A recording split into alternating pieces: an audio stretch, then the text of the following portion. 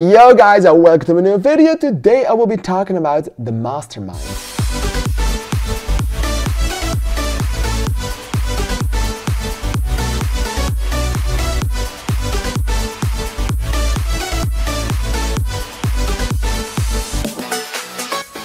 Alright, so The Mastermind is a new artsy-fartsy film starring Josh O'Connor, who we all know from Challengers, of course.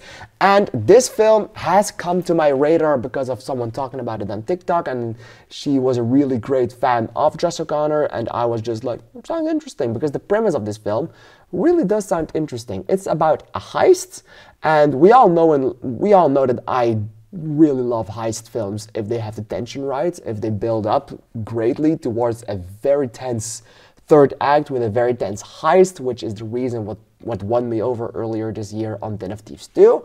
Still didn't think that Den of Thieves 2 was a great film, but the heist element of that really made that film work, in my opinion. So I am a big fan of heist films, so I was really excited when I heard about this heist film, but everything kept telling me, and everyone kept telling me, that this was not just going to be a heist film, an artsy heist film. And I was kind of wary on that, but also kind of intrigued by the idea, because heist films are usually these great popcorn flicks, but how are you going to make a really artsy film for that?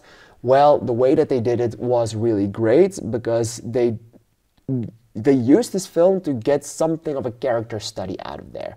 And the heist definitely is not the big part of the film. The heist actually happens way more in the beginning of the film than you might realize.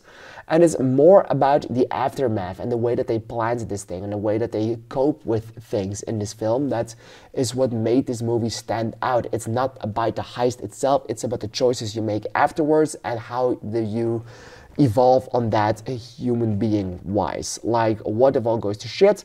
What the fuck do you do with your life? What is the reason?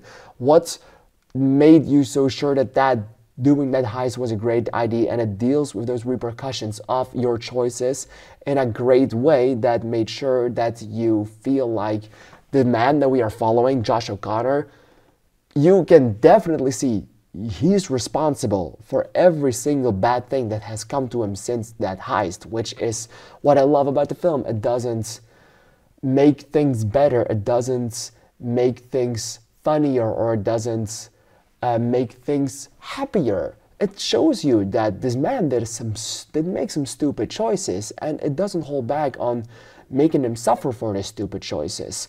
And that is something that the film really thrives at. It never really makes sure that you root for this man. You feel like whatever is coming to him, he deserves it. The film also stars Alana Haim, by the way, a girl or an actress I really like since Licorice Pizza.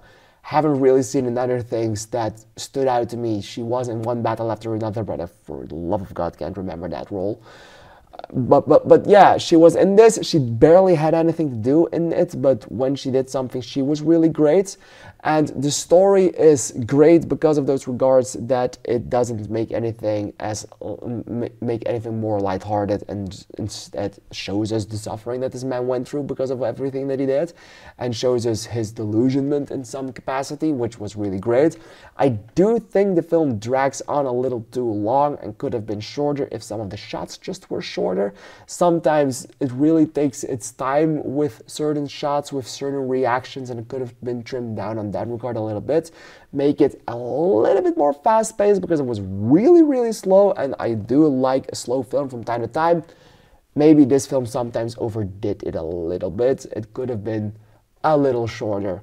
In the end, I definitely still think that The Mastermind is a great film. It's a good character study and had some really interesting things going on, and for a character study, it was a really good film, as it doesn't it keeps everything as realistic as possible, which is really nice. You show that in the way of filming, they show that in the way Josh O'Connor reacts to certain situations and how he handles certain situations, which is something I definitely could agree.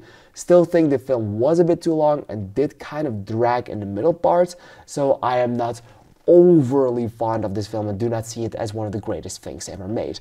In the end, I still think this was more good than it was bad, so I decided to give this one 3.5 stars. What did you think of this film? Please let me know in the comments down below, because I'm really excited to hear your opinion on it. I want to thank you for watching, and I'd like to see you in the next video. Thank you, and bye-bye.